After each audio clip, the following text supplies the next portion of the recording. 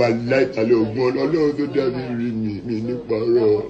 don't carry updates come from now concerning the autopsy results of this our Nigeria singer and songwriter when they call mohbad, when we say he actually died on the 12th of September 2023. Now for on the 21st of the same September, now ABC they take go dig up in dead body for here ABC there for burial. Say they won't go use the dead body, take go do autopsy. Make they take know the reason when we can BC take by. The same day when be that same on the 21st so of September, which is today, when we say I want to upload this video, so the Nigeria police force come outside for Twitter say they don't do the autopsy investigation for the dead body, so say but make it be say we wait, say they go let the results stay available for the public. And people make it not be like saying from my mouth una for the year and make I read down for now exactly the way we be say the Nigeria police force take come outside for social media to take write about the autopsy results when we see they conduct for mohbad body. They talk and say the Nigeria police force wishes to inform the public that the autopsy procedure of Mr. Mohbad has been successfully completed. Further information will be provided as soon as the results are available. My people, now wow, make una see wetin be say people write o. This man wey they call Mr. Otomba talk say medical official in the house. How long does it take for a result to be out, my people? Because before this mohbad death so take happen for social media, we don't see several stories of people when they say they don't see that too, when they say they go exhume their body, say they want use their body to go do autopsy, make they see the reason when we can't be say the person so take by. But how come you can't be say immediately never even reach 24 hours safe when they say they do when they take go commode the dead body for the burial ground, immediately they don't go release the results. Now let God never say go save us all.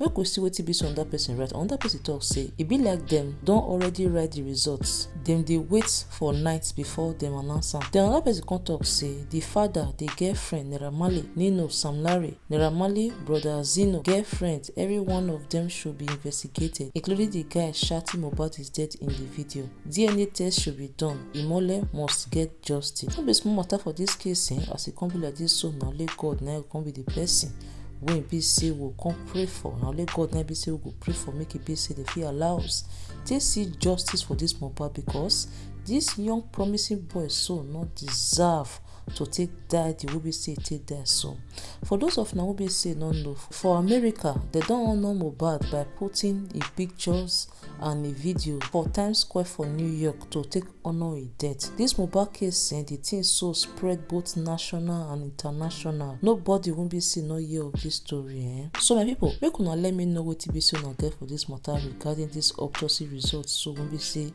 the Nigeria police force just post come outside for social media, when we say never reach 24 hours safe.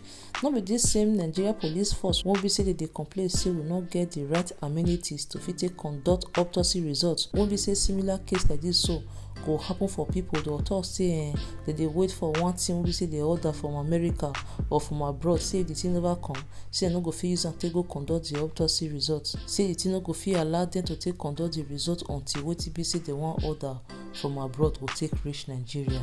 Abi the Naira Marley, the Sam Larry, and all the people who be say they accused, saying them with the person who be say they responsible for the death.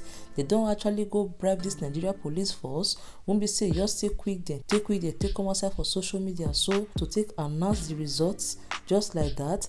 Been and because of the pressure we be say Nigerians they put for the Nigeria police force body. Let me come be say they take go carry or already take go do the investigation. So I beg may they carry the real result come outside though, because we no one here say shoot bird mama fly.